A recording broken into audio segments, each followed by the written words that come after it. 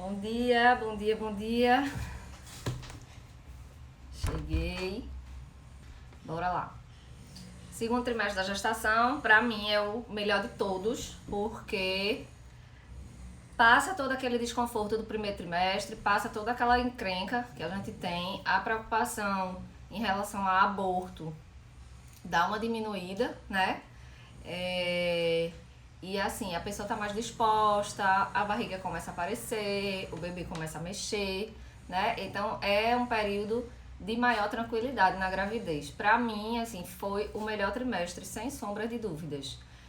Não tem a questão do enjoo, mas para a maioria das mulheres, a náusea, o enjoo, tudo isso vai diminuindo, o corpo vai, é como se o corpo fosse se estabilizando para a gravidez. Bom dia, meninas! Vão compartilhando aí no aviãozinho para o Instagram entregar para mais pessoas, vão apertando no coraçãozinho, tá bom? E eu vou começar a falar logo, à medida que as pessoas forem entrando, eu vou dando uma recapitulada. Então, o que é o segundo trimestre, né? É o período que compreende ali em torno de 13 semanas de gestação até o final da 27ª semana, tá? Existem algumas diferençazinhas aí na literatura em relação a isso, mas o consenso é esse, de 13 semanas até 27 semanas e 6 dias, mais ou menos ali. A partir de 28 semanas a gente já considera terceiro trimestre, tá certo? Então, é uma fase em que um monte de transformação também continua acontecendo. O bebê com 13 semanas, ele já está basicamente todo formadinho, tá? Então aí ele vai se desenvolver, vai ganhar peso, mas não vai ganhar peso numa velocidade tão grande como ele ganha no terceiro trimestre. Mas vai ganhar peso, o útero. A gente diz que até essas 12 semanas o útero fica aqui dentro dessa parte óssea, tá? Então aqui esse ossinho aqui, ó, é a sínfise púbica, é aquele ossinho que tem em cima da vagina. E aí o que é que acontece? A gente, depois de 13 semanas, esse útero começa a sair daqui de dentro, né? Que até então ele era pequenininho, ó, o útero é pequenininho, ele fica aqui dentro, guardadinho, tá? E à medida que a gestação vai evoluindo, esse útero ele vai crescendo e aí com 13 semanas ele começa a sair daqui de dentro dessa cavidade óssea e a gente começa a perceber esse útero fora, né, da parte pélvica que a gente fala, tá? Ele vai começar a subir para a região abdominal e aí é quando começa o segundo trimestre, tá certo? Então, existem algumas questões em relação à consulta de pré-natal, né, a partir dessas 13 semanas que a gente tem que considerar. É a partir dessas 13 semanas que a gente começa, por exemplo, a medir, né, o fundo do útero. E o que é isso, né? O útero, ele tem um comprimento, né, e a partir do momento que ele vai saindo daqui, a gente vai conseguir no exame do pré-natal palpar esse útero aqui por cima, ó, e a gente vai conseguir fazer essa medida do fundo do útero. Valerie, como é que faz essa medida do fundo do útero? Geralmente a gente mede daqui, ó, desse ossinho, que é a sínfise púbica, até essa parte aqui, que é a parte que delimita o útero, que a gente chama de fundo do útero. Então, essa medida é importante para a gente saber o quê? Para a gente saber o tamanho do bebê? Não. Não é para medir o tamanho do bebê, é para a gente medir o tamanho desse útero, tá? Por quê? Porque esse tamanho desse útero, ele se correlaciona com a idade da sua gravidez. Cada idade gestacional, a gente tem um parâmetro de fundo de útero considerado normal, tá? Então, por exemplo, quando você tá por volta de 20 semanas, né, que são 5, mais ou menos ali chegando no 5º mês, esse útero, esse fundo de útero, ele tem que estar mais ou menos na altura do seu umbigo, da sua cicatriz umbilical, tá? E aí, a gente se baseia nessa altura de fundo de útero para ter uma noção se o tamanho dele está adequado ou não para a sua idade gestacional. E quando essa medida está pequena para a idade gestacional, por exemplo, eu tenho uma gravidez de 22 semanas e eu tô com a altura de fundo de útero de 15 centímetros, 13 centímetros. Ou eu tô com essa medida acima do que é esperado para essa idade gestacional. O que é que acontece? Quando essa medida está acima, a gente pode desconfiar de algumas questões. A gente pode desconfiar que esse bebê é um bebê grande para a idade gestacional, ou que existe muito líquido ali dentro, né, que está deixando esse útero num tamanho maior que o esperado para a idade gestacional. Quando essa medida é uma medida menor do que o esperado, a gente pode desconfiar que a gente tem um bebê pequeno, de repente um retardo de crescimento intrauterino, por exemplo, né? Se essa mulher já é uma mulher que é hipertensa, que já tem esse fator de risco para restrição de crescimento, isso é um fator de alerta, né? Que a gente já vai ficar alerta na medida do fundo do útero. Pode ser também uma questão relacionada ao líquido, né? Porque ali dentro do útero vai estar o bebê, vai estar o líquido, vão estar todos os anexos dessa gravidez, vai estar a placenta. Então, quando tá abaixo, pode ser pouco líquido também, tá? É um fator de alerta. Então, por isso, essa medida é tão importante. A partir das 13 semanas, ela tem que ser feita em todas as consultas de pré-natal, tá? Juntamente com a ausculta, né? Do batimento do bebê, a ausculta do batimento cardiofetal, tá? Então, o que é que acontece? A gente tem que, a partir de 13 semanas, fazer toda aquela avaliação abdominal, de medir o fundo do útero, de auscultar o bebê, de fazer a palpação na barriga para tentar descobrir qual é a posição que aquele bebê tá, ok? Então, o que é que acontece? Para que é que serve essa ausculta, essa ausculta fetal? Essa ausculta fetal é o que nos diz, né, a vitalidade do bebê. É o que nos diz que o bebê está bem, que está com batimento normal, né? O bebê com batimento normal, que está estável, que quando ele mexe, esse batimento aumenta um pouco. Depois, quando ele para de mexer, quando ele está mais em repouso, esse batimento volta para a frequência basal, que a gente fala. É um bebê... Oi, Lili, bom dia! É um bebê que está com uma boa vitalidade. Se esse bebê, durante esse exame que a gente faz no pré-natal, durante essa avaliação, é um bebê que está se movimentando, que a gente vê que ele está com movimento, que ele está com um batimento normal, isso nos deixa tranquilos em relação à vitalidade desse bebê. A gente diz que o bebê está com uma boa vitalidade, ou seja, não tem indício nenhum de que esse bebê esteja em sofrimento fetal, tá? Então esse é o principal objetivo de se avaliar esse batimento. E ele também tem que ser avaliado a partir do segundo trimestre, a partir dessas 13 semanas iniciais, ele tem que ser avaliado em todas as consultas de pré-natal, tá? E não é avaliar, a gente tem que avaliar, contar, fazer a contagem do tempo e verificar essas oscilações também. Por isso que quando me perguntam, Valéria, vale a pena comprar um Doppler fetal, que é aquele aparelhinho que a gente escuta o batimento do bebê, vale a pena comprar um Doppler fetal para ter em casa, para eu ficar escutando o meu bebê? Eu não aconselho. Por quê? Porque isso primeiro pode ser um fator de ansiedade. Segundo, que não é simples e puramente colocar lá e ouvir o batimento, né? Você tem que saber procurar o foco da ausculta. Você pode, por exemplo, colocar o aparelhinho na ausculta de uma artéria uterina, né? Ou de um outro vaso do cordão. E isso pode dar um batimento mais baixo do que o normal, porque a nossa circulação, né, o nosso coração, ele bate numa frequência bem abaixo da frequência do bebê. Então, se você pega a circulação materna, por exemplo, na ausculta com o seu aparelhinho lá, isso pode dar uma frequência baixa. E aí você vai se desesperar, vai bater na maternidade sem nenhuma necessidade, né? Fora que pode ser difícil encontrar o foco de ausculta do bebê, a depender da posição que o bebê esteja dentro da sua barriga, a gente pode ter uma dificuldade maior de encontrar esse batimento, e aí você não encontra, e aí você fica louca, desesperada, e vai bater na maternidade achando que o bebê está sem batimento, quando na verdade você só não conseguiu identificar esse batimento corretamente. Então eu não costumo indicar para todo mundo ter um aparelhinho desse em casa, tá? Em casa, a melhor forma de monitorar a vitalidade do bebê é através dos movimentos fetais, tá certo? Que eu vou falar mais na frente quando é que eles surgem, tá? Eu vou falar, e aí vocês vão deixando as dúvidas aí no chat ou na caixinha de perguntas, onde tem essa interrogaçãozinha aqui embaixo da tela.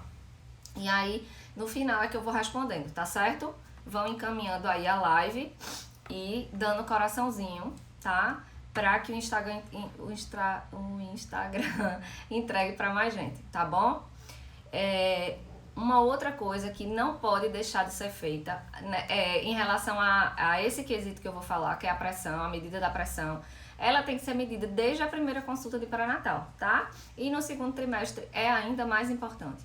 A medida da pressão, aferir a pressão arterial, é extremamente importante na consulta de pré-natal, não pode deixar de ser aferido, né? A gente sabe que uma das maiores causas de morte materna e fetal no mundo são as síndromes hipertensivas, então a pressão arterial é um quesito que não pode deixar de ser visto de jeito nenhum. E vez ou outra eu pego gestante que passou por avaliação até em alto risco e não aferiram a pressão, ou se aferiram, não anotaram no cartão, né? Ou seja, considera como se não aferisse, porque se não está anotado, você não tem como saber aquele valor. E outra coisa importante é a avaliação do ganho de peso, né? Que é fator de risco, né? Sobrepeso e baixo peso é fator de risco para muitas questões, né? Principalmente a obesidade, o sobrepeso é fator de risco para diabetes gestacional, para hipertensão gestacional, para pré-eclâmpsia, né? Então, a questão do ganho de peso, ela tem que ser muito bem avaliada no pré-natal. Dependendo do peso que você está antes de engravidar, a gente já tem uma margem aí de peso que você pode ganhar durante a gestação toda. Então, quem era baixo peso antes de engravidar tem uma margem bem maior de ganho de peso do que uma pessoa, por exemplo, que engravidou obesa, né? Então, quando eu engravido num diagnóstico, dentro de um diagnóstico já de obesidade, eu vou ter uma faixa de ganho de peso ali muito menor durante essa gestação, tá? Só lembrando, né, e frisando que na gestação não se faz dieta, não se faz dieta nenhuma restritiva, de evitar refeições, de contar caloria, nada disso, tá? O que se faz é uma orientação nutricional para uma reeducação alimentar, principalmente nas pessoas que não têm um hábito saudável de alimentação, né? Então, Tessia, eu vou falar já, tá? Sobre isso, daqui a pouco a gente chega lá. Então, dependendo do índice de massa corporal que você chegou nessa gestação, você vai poder ganhar mais ou menos peso, tá? Para quem tem baixo peso, vai poder ganhar muito mais. A gente diz que pode ganhar até 18 quilos, né? Para quem tem um peso normal aí, quando engravidou, a faixa de ganho normal de peso fica ali entre 11,5, 12 quilos até 16, né? Para quem tem sobrepeso, né? Quem já entra na gestação com sobrepeso, a gente tem uma faixa de ganho de peso aí entre 7 e 12, 11,5, 12 estourando. E para quem já entra na gestação com obesidade, com um índice de massa corporal maior do que 25, maior do que 30, a gente já restringe muito mais. E aí o teto de ganho de peso fica aí em 7 quilos, tá? Então isso é uma coisa bastante importante para que vocês observem junto com o profissional que está acompanhando vocês. Por quê? Porque você não precisa fazer dieta, tá? É muito normal perder peso ali no primeiro trimestre, né? Por conta da náusea, por conta do enjoo, né?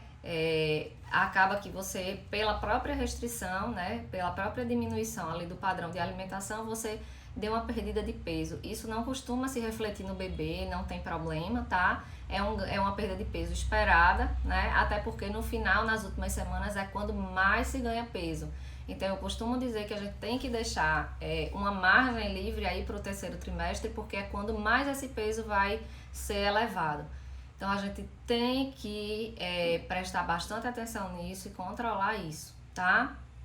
Então, e outra questão quando a mulher começa a fazer reeducação alimentar, vai para a nutricionista, começa a rever, né, o que é que ela está comendo, é normal também que haja uma perda de peso inicial ali, quando você começa a organizar essa alimentação. E não tem problema, tá? O que a gente não orienta que se faça é perder peso por dieta de restrição, né? A gente tá ali formando uma nova pessoa, formando um novo ser humano. Então, não adianta fazer dieta restritiva, porque você vai estar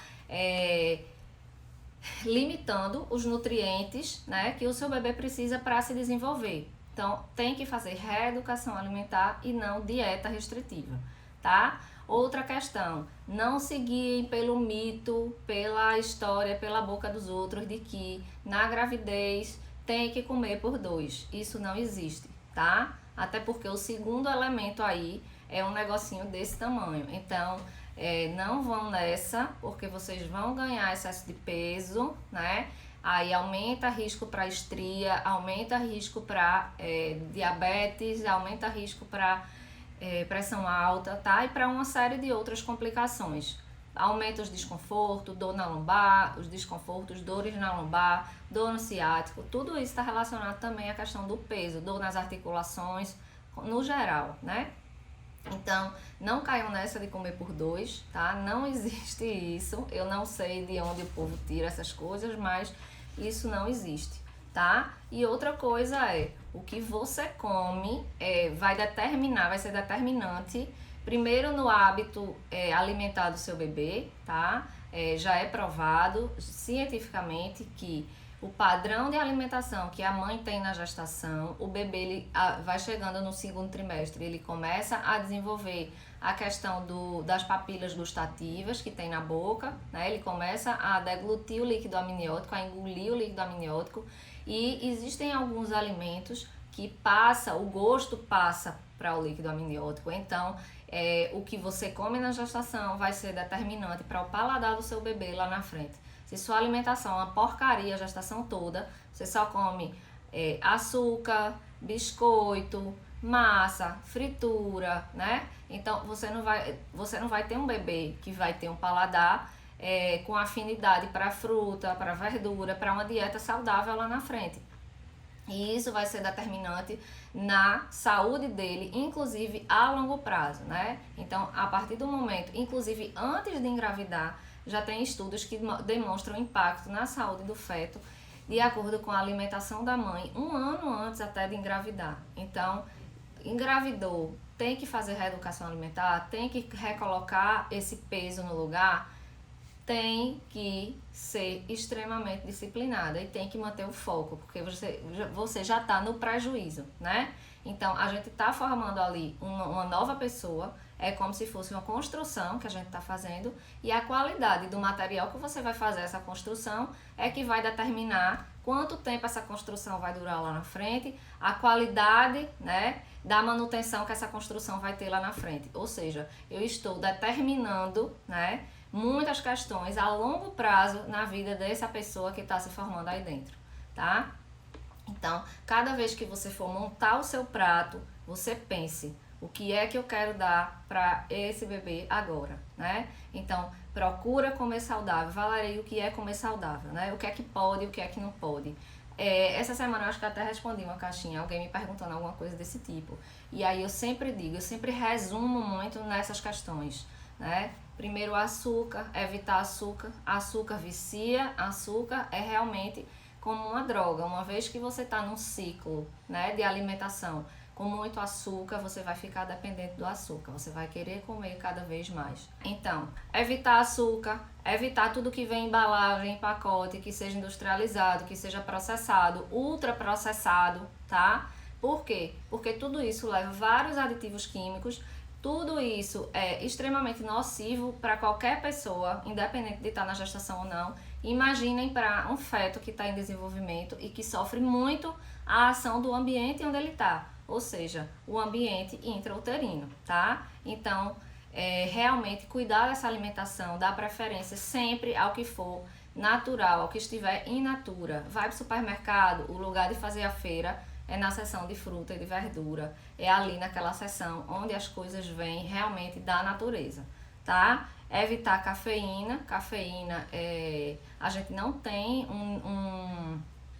saíram novos estudos, né, dizendo que a gente não tem um nível, né, uma quantidade de cafeína que dê segurança para ser ingerido na gestação. Então, assim, quando a gestante é muito viciada em café, não consegue ficar sem tomar café, eu ainda libero 1 a 2 xícaras, mas para quem conseguir não tomar, o ideal é não tomar, tá? Então, evitar cafeína da mesma forma, refrigerante tem cafeína, existem alguns chás que tem cafeína, então tudo isso conta, né? E refrigerante, meu Deus do céu, eu não vou nem falar, né? É ruim para a vida, quanto mais para uma gestação.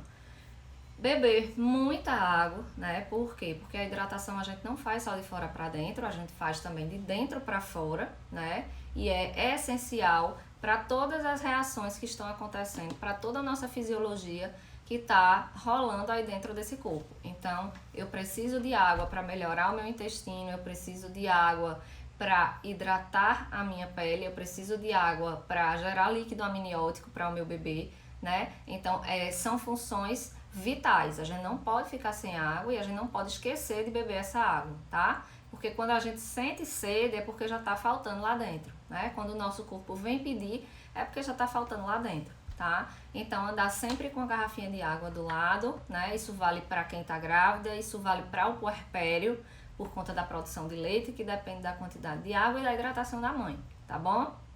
Então, e preferir ingerir carne, né? A gente tem que ter a proteína, tem a questão do ferro que é importantíssima, que eu vou falar lá na frente, tá? Carne, ovo, verdura, legume, né? Oleaginosas, sementes no geral, tá? Além das suplementações que forem necessárias, dependendo dos seus exames, dependendo do que você necessita aí de suplementação. Porque suplementação, o ideal é que seja sempre individualizada, tá? E nunca generalizada. Aí agora eu queria falar um pouquinho dos sintomas do segundo trimestre para vocês entenderem o que é fisiológico, o que é comum, o que é esperado na gestação, tá?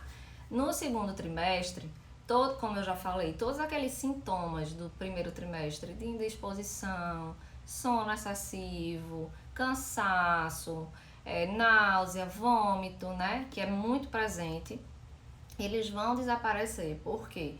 Porque nos 3 primeiros meses é como se o nosso corpo estivesse se adaptando àquele quadro de gestação, tá? Então o nosso metabolismo ele está extremamente acelerado. Uma mulher no primeiro trimestre em repouso, deitadinha lá, sem mexer em nada, ela tá com o metabolismo de uma pessoa que está na academia fazendo um exercício de alta intensidade. Então, por isso que a gente sente tanto moleza, cansaço, indisposição, né?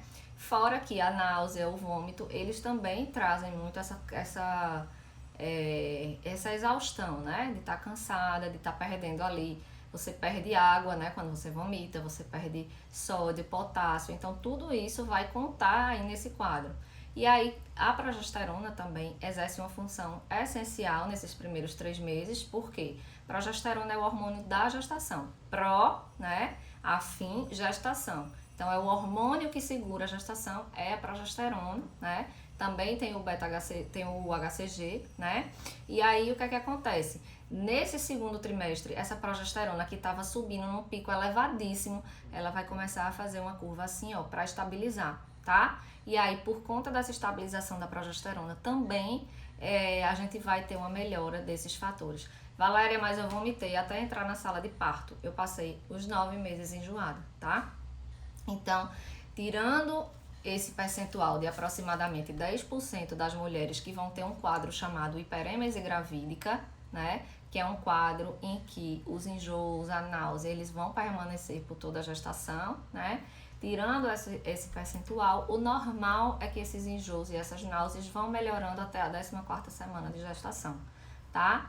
A frequência urinária, né, que é aquela história de passar a noite todinha se levantando para ir pro banheiro, ela também dá uma melhorada. Por quê? Porque o útero que estava aqui, ó, pressionando a bexiga, né, para sair aqui dessa parte óssea, ele começa a ir pro abdômen e começa a deixar a bexiga um pouco mais livre.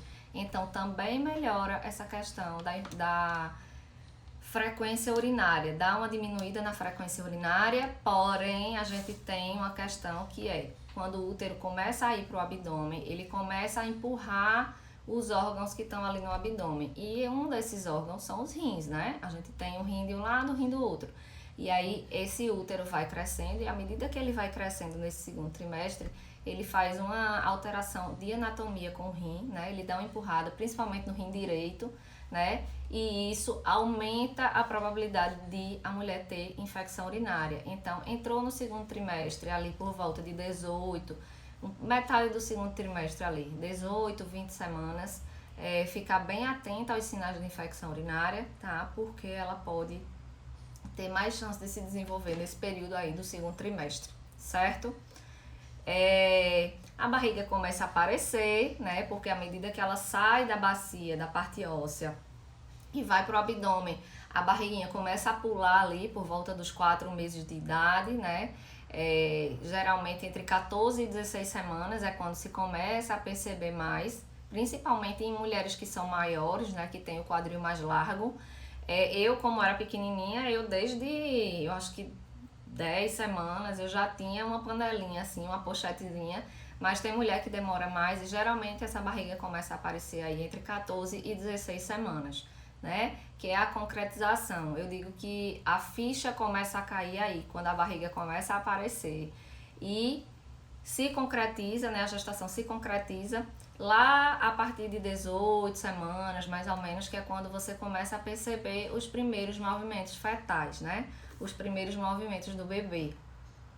É lógico que isso vai variar, é a partir de 18 semanas. Isso não significa que você vai ter que sentir com 18 semanas. Inclusive, quando é segunda gestação, terceira gestação, você tende a sentir esses movimentos mais cedo, né, do que na primeira gestação.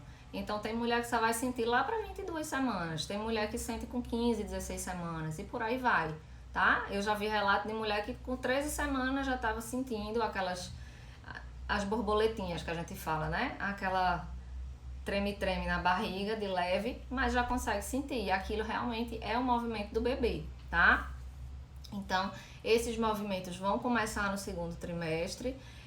Podem começar os desconfortos, porque o útero vai crescendo e por volta aí de 15, 16 semanas, a gente tem no útero um ligamento em cima daquele fundo do útero, a gente tem um ligamento que a gente chama de ligamento redondo. Esse ligamento, ele desce e se prende mais ou menos aqui na base da nossa pelve, pelas virilhas aqui, certo? Então, o que é que acontece? Por volta de 15, 16 semanas ali, que é quando o útero realmente saiu da pelve, ele dá uma esticada grande nesses ligamentos e é muito comum vocês sentirem umas fisgadas na região da virilha, tá?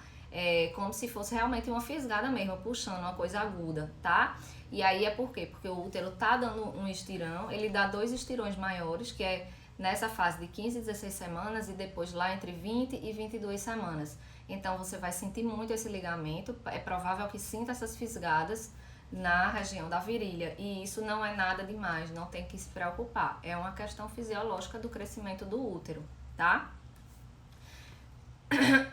Agora, no final do segundo trimestre já pode voltar de novo a questão do xixi, né? Por quê? Porque o peso da barriga já tá repercutindo ali em cima da bexiga de novo, né? O útero já tá pesado e aí ele vai se depositando ali por cima da bexiga e já vai diminuindo o espaço da bexiga de novo. E aí você passa aí mais ao banheiro novamente, tá? No segundo trimestre a gente tem que ficar bastante atento à questão da anemia, porque principalmente quem já tinha tendência à anemia, a gente sabe, as meninas do Mãe Sem Dúvida sabem isso de cabo a rabo, né? Porque é uma das coisas que a gente explica nas nossas aulas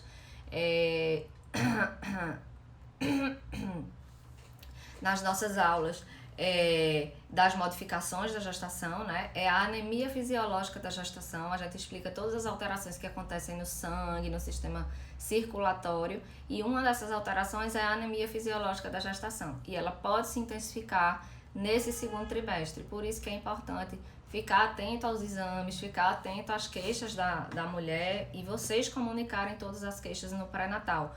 Por quê? Porque a gente não pode deixar os estoques de ferro chegarem num nível já muito baixo para poder aumentar, por exemplo, a dose do sulfato ferroso, aumentar a ingestão de alimento rico em ferro. A gente tem que cuidar antes que isso caia, né? Então é importante ficar muito atento a isso, fazer os exames necessários, tá? Que eu vou falar mais na frente, fazer o hemograma, a dosagem de ferro, de ferritina, de transferrina, tem que dosar. Por quê? Porque às vezes os estoques já estão baixos quando a gente inicia a gestação. E aí com essa anemia, que é normal da gestação, a gente tende a fazer uma queda nesses depósitos de ferro mais rapidamente, tá? Então, o ferro ele é muito importante para o desenvolvimento do bebê, né? A gente tem toda a questão da oxigenação do bebê e do desenvolvimento como um todo, do ganho de peso.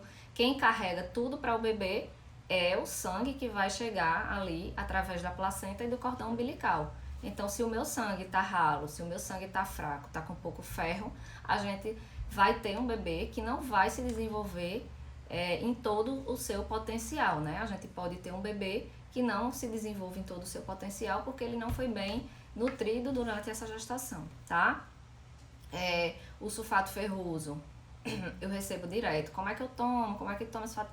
Sempre tomar antes do almoço, de preferência naquela hora que você já tá de estômago ali vazio, né? Já tá com fome. Então, tomar antes do almoço, meia hora, 40 minutos, tá? Por quê? Porque quanto mais ácido o estômago está, mais bem absorvido vai ser esse ferro, tá? Por isso que a gente indica tomar com água ou com um suco cítrico. O que é um suco cítrico?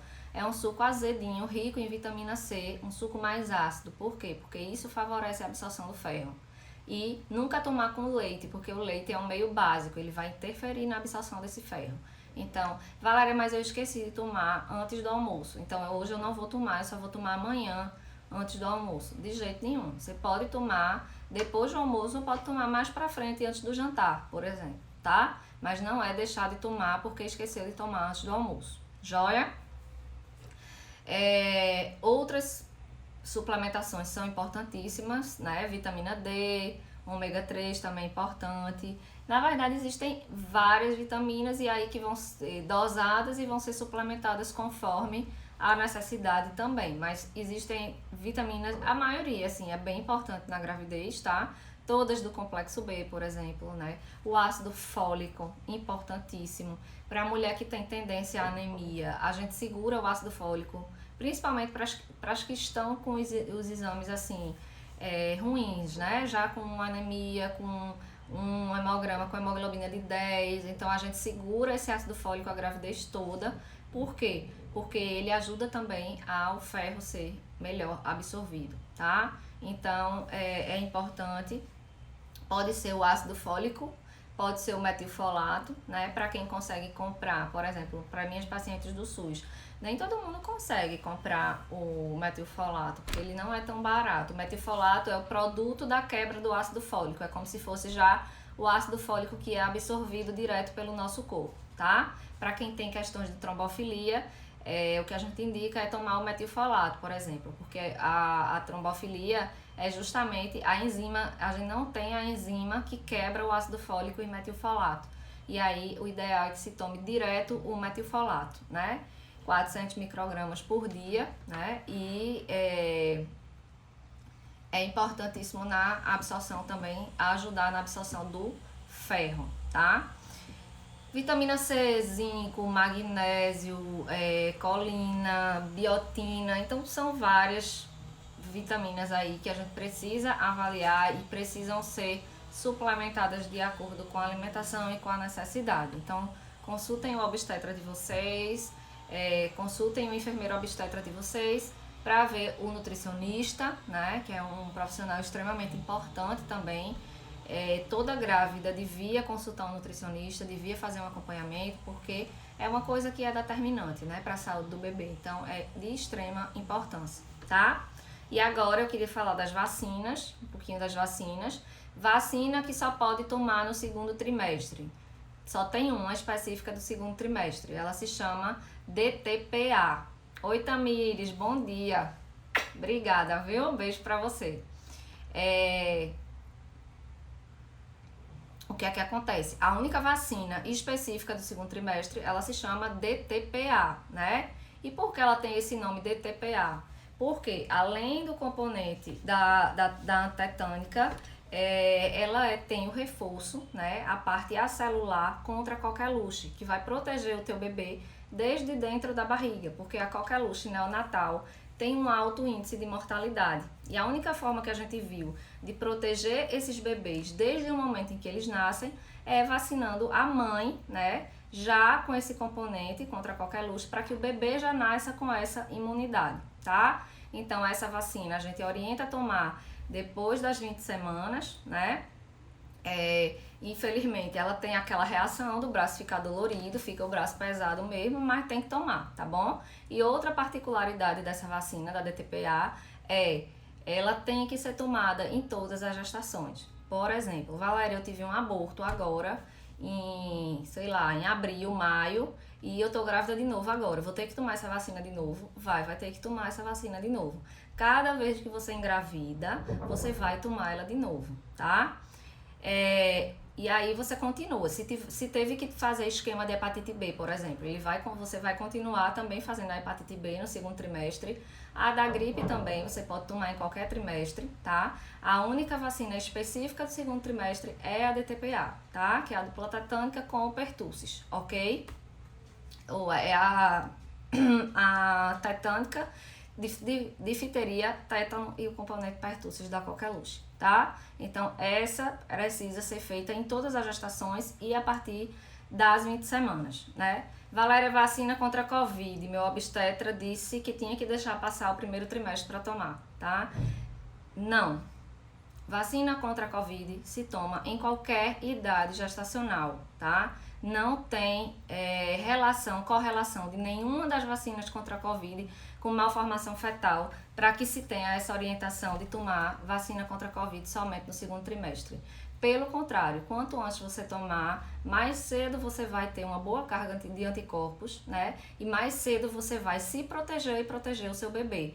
Por exemplo, de um parto prematuro extremo por uma complicação por Covid, né? E a variante Delta tá aí. A gente sabe que primeira dose não protege contra a variante Delta, né? Então, o quanto antes forem tomadas essas duas doses, melhor, tá? Então, a gente tem que tomar, independente da marca da vacina, que geralmente na gestante está sendo feito Pfizer ou Coronavac. Eu não sei se estão fazendo Janssen gestante aqui em Recife. Não sei, na cidade de vocês o que é que está sendo aplicado. Mas independente da marca, a gente não pode limitar essa vacina ao segundo trimestre, tá? E queria falar um pouquinho dos exames, né, do segundo trimestre. No segundo trimestre vão ser repetidos a maioria dos exames. Hemograma, glicemia de jejum, o rastreio de urina, que é extremamente importante no segundo trimestre, porque como eu falei lá atrás, no segundo trimestre, pelas alterações da anatomia do rim, né, a gente tem um favorecimento maior de fazer infecção, uma probabilidade maior de fazer infecção urinária. Então, esse rastreio com o sumário e a urocultura, lembrando que não adianta fazer só o sumário, porque às vezes passa batido, grávida é danado para fazer infecção urinária sem nenhum sintoma de infecção urinária. Então é muito importante fazer os dois, tanto o sumário quanto a urocultura, tá? Se você não tem imunidade para toxoplasmose, por exemplo, a gente repete a sorologia de toxoplasmose, tá? Esses principais exames aí, as sorologias, o hemograma, o rastreio de urina, eles vão ser todos solicitados novamente no segundo trimestre. E tem o que vocês mais perguntam, assim, disparado, que é a questão das ultrassons, né? Ali entre 11 e 14 semanas, que já pega o começo do segundo trimestre, a gente tem o que se chama de morfológica do primeiro trimestre, né? E por que se chama morfológica do primeiro trimestre? Porque o principal objetivo dessa ultrassom é medir o que a gente chama de translucência nucal, né? Que é a espessura da nuca da membraninha da nuca do feto, né? E do ossinho nasal. A gente vê se o osso nasal tá presente, né? Se ele tá bem bonitinho lá. Por quê? Porque esses são sinais, né, de rastreio para o que a gente chama de cromossomopatias, que são as síndromes genéticas, né? E todo mundo fala na síndrome de Down, porque é a mais conhecida, né? É a mais frequente, mas existem várias outras síndromes também que são rastreadas por meio desses sinais aí, tá? Então, o que é que acontece? Nessa ultrassom, que deve ser feita entre 11 e 14 semanas, que é a morfológica do primeiro trimestre, o principal objetivo dela é avaliar a translucência nucal, o osso nasal e a morfologia como um todo daquele feto ali que Com 12 semanas já vai estar todo bonitinho, com mãozinha, com pezinho, né? Com 13 semanas a gente já tem o sexo formado, né? Apesar de que não se há muita segurança para determinar o sexo por ultrassom com 13 semanas. Às vezes o profissional dá um palpite, né? Mas para confirmar lá na frente com 16, 17 semanas, ok? Então, pulando para ultrassom de sexo, né? Quem não faz a sexagem fetal, que é a partir de 8 semanas, quem prefere descobrir pela ultrassom, não quer pagar o exame ainda realmente é um valor alto, né? Não é acessível a todo mundo. A ultrassom vai ver questão de sexo a partir de 16 semanas, tá? Lembrando que se o bebê não for colaborativo, não dá pra ver. Então, não se empolguem muito aí na ansiedade, na expectativa, que às vezes não dá pra ver com 16, e aí segue o baile, vai pra próxima ultrassom pra poder ver, beleza? Lili, metilfolato e o ferro até hoje tomo. O metilfolato ele pode ser tomado na gravidez inteira, tá? É aquilo que eu falei. Ele ajuda na absorção do ferro também. E na metade ali do segundo trimestre, entre 20 e 24 semanas, está o período para realização da principal ultrassom da gestação. Valéria, eu não tenho condição de estar fazendo ultrassom com Doppler, de estar fazendo ultrassom 3D. Eu queria escolher só uma ultrassom para eu fazer. Faça a morfológica do segundo trimestre, tá? Porque ela é a mais importante. Lembrando que Doppler não é para estar sendo feito de rotina. Doppler tem suas indicações, tá? Então, não precisa fazer todas as ultrassons com Doppler. Se você não é uma gestante que tem fator de risco para pressão alta, para diabetes ou não é hipertensa, não, é uma gestação de risco habitual, que baixo risco que a gente fala, você não precisa estar fazendo Doppler, tá? E essa ultrassom morfológica do segundo trimestre, por que ela é tão importante? Primeiro, porque ela vai ver todas as medidas de todos os sistemas do bebê. Ela vai avaliar a questão cerebral, coração, estômago, intestino, rim, bexiga, tá? Vai ver tudo, vai fazer todas as medidas do feto, né? E nessa idade, porque essa idade é a idade ideal? Porque entre 20 e 24 semanas? Porque o bebê nem é tão pequeno e nem tá tão grande, tá? Então é uma idade ali intermediária, é a idade perfeita para se fazer todas essas medidas e para se fazer essa avaliação, tá?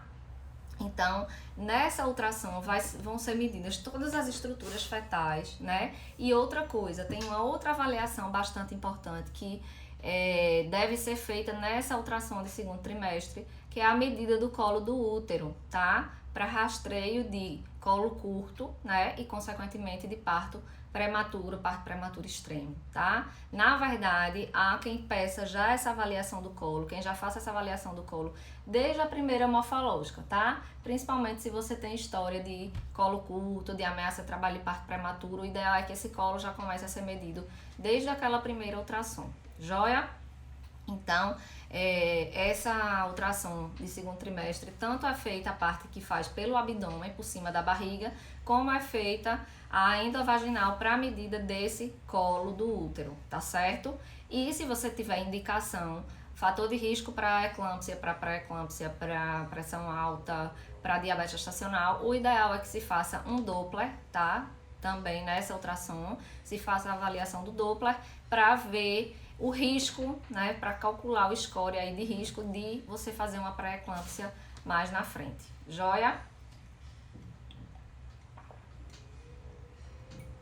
Em relação aos exames de sangue, a gente também tem um exame que é específico do segundo trimestre e que também precisa ser feito entre 24 e 28 semanas. É o famoso exame da garapa, ou curva glicêmica, ou teste oral de tolerância à glicose. Ele recebe esses dois nomes, curva glicêmica, teste oral de tolerância à glicose, e esse apelido de teste da garapa, tá?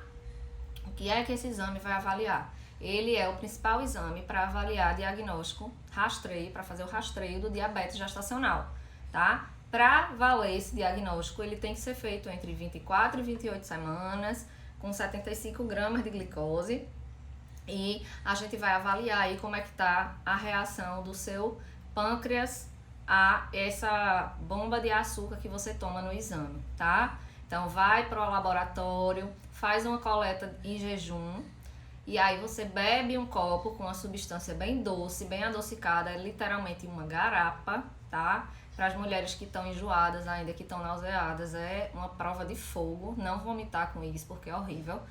E depois de 1 hora que você tomou esse líquido, vai ser feita uma nova coleta de sangue. E depois de 2 horas também vai ser feita uma outra coleta, tá? Então essas 3 medidas, jejum, 1 hora e 2 horas, é que vão me dar esses parâmetros para o diagnóstico do diabetes gestacional, certo? Então, quando vocês forem para o laboratório, vocês têm que ir em jejum e têm que ficarem preparadas para passar um bom tempo lá, porque tem que passar 2 horas para poder fazer todas as coletas, joia? Então, Valéria, existe alguém que não precisa fazer esse exame? Existe. Quando a gente pede a primeira glicemia de jejum, na primeira consulta de pré-natal, se essa glicemia vier no valor igual a 92 ou mais do que 92, pelo protocolo já é considerado diabetes mellitus gestacional. Valéria, mas eu já tinha uma glicose alta antes da gravidez. Você já tinha uma resistência à insulina, então já é batido o diagnóstico de diabetes gestacional, independente de você já ter essa glicemia antes ou de você estar apresentando essa glicemia agora. Então, glicemia de jejum igual ou maior a 92 vai ser diabetes gestacional. E aí, essas pessoas não precisam ser submetidas a mais essa bomba de açúcar no segundo trimestre para fazer esse exame. Então, quem já tem glicemia de 92 ou mais antes desse exame, já é considerado uma gestante diabética e não precisa fazer esse exame, tá? E a outra seção são mulheres que fizeram cirurgia de redução de estômago, de bariátrica, tá? Cirurgia bariátrica também contraindica esse exame, porque geralmente quem fez cirurgia bariátrica tem intolerância a esses excessos de açúcar e isso pode provocar uma reação chamada dumping, né, na pessoa, a pessoa pode ficar passando mal, enfim, não é muito indicado. Na mulher que já fez bariátrica, o rastreio se faz de outra forma, tá certo? Então, são os únicos 2 casos que não é indicado fazer a curva glicêmica.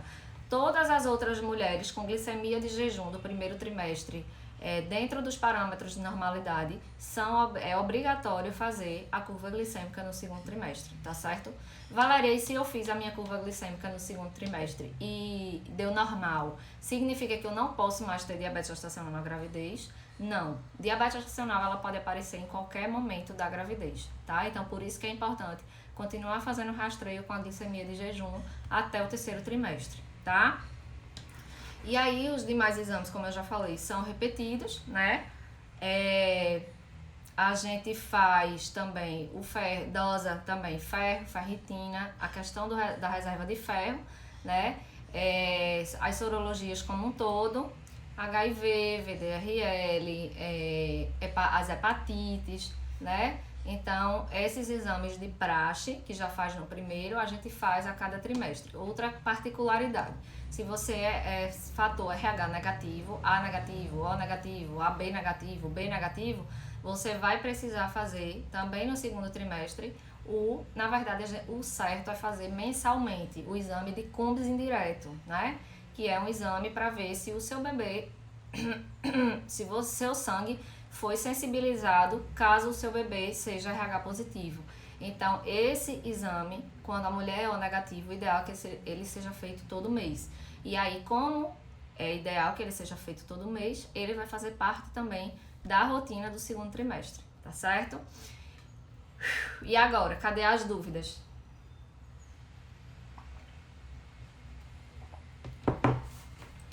Mandem aí pra gente conversar mais. Estamos já com 1 hora de live. Deixa eu voltar aqui pra eu ver. A gente lava a roupa e acompanha a live. Arrasou, Miglis. Arrasou. Lavando roupa e acompanhando a live. Arrasou. Adorei. Todo mundo me acompanhando, viu?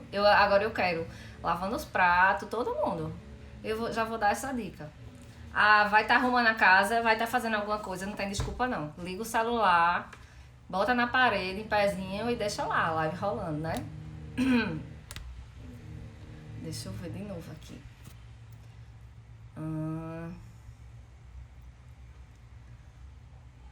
Amava doce, depois da gravidez não consigo nem sentir o cheiro de doce.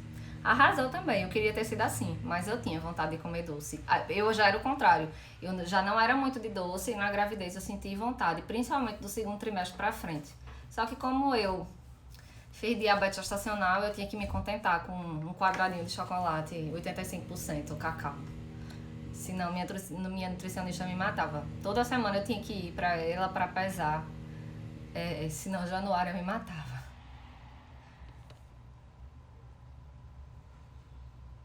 Sim, pra quem tá aí nas últimas semanas, essa vontade de doce dá pra matar com tâmara.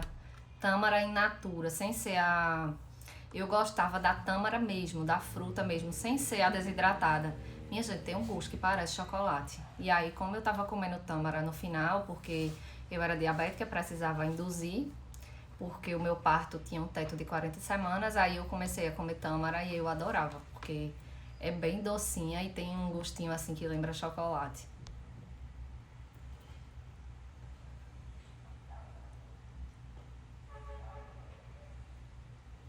Tomo todas as vitaminas antes do café da manhã, tudo bem? Pode ser, mano, também antes do café da manhã. Tomei metilfolato e ferro até hoje tomo. Em relação à vacina da Covid, eu gripei. Devo tomar a primeira dose depois de quanto tempo? Para quem tem sintoma gripal, a dose deve ser atrasada para 30 dias depois que os sintomas melhoraram, que os sintomas desapareceram. Por exemplo, estou gripada agora. No dia que eu estiver sem sintomas, acabou a gripe, acabaram os sintomas, aí você vai contar 30 dias para frente para poder tomar a vacina, tá? Outra coisa em relação à vacina, a prioridade sempre vai ser a vacina do Covid, tá? Por quê? Porque hoje é o maior risco que vocês têm. Então, a gente dá prioridade à vacina da Covid. A partir de 14 dias depois da vacina da Covid, pode atualizar o restante do calendário. Minha vontade de comer doce foi no final. Pois é, a minha também, foi do meio pro final. Mas no final, isso tudo tem explicação na fisiologia da gravidez, né? A gente precisa de mais glicemia circulando, de mais glicose circulando. Por quê? Porque é quando o feto mais ganha peso. É quando ele mais tem a questão das 32 semanas até as 27 semanas. O bebê praticamente triplica o peso dele. Então, é um ganho de peso muito grande num espaço de tempo muito curto. E aí a gente precisa estar sempre com uma glicemia maior para disponibilizar para esse bebê. Fiz esse exame da garapa, é aquele de coletar o xixi o dia todo. Não, não é o de coletar o xixi o dia todo, não. O do xixi é o da proteína. Esse da garapa é o que você bebe a garapa e fica coletando sangue, fica tirando sangue da veia, tá? Eu vou me embora porque já são 11h07, já bati 1 hora aí, tá? E a gente vai se falando, tá bom? Lá nos stories, nas caixinhas, tá bom? Beijo, beijo. Até mais tarde. Mais tarde a gente se vê.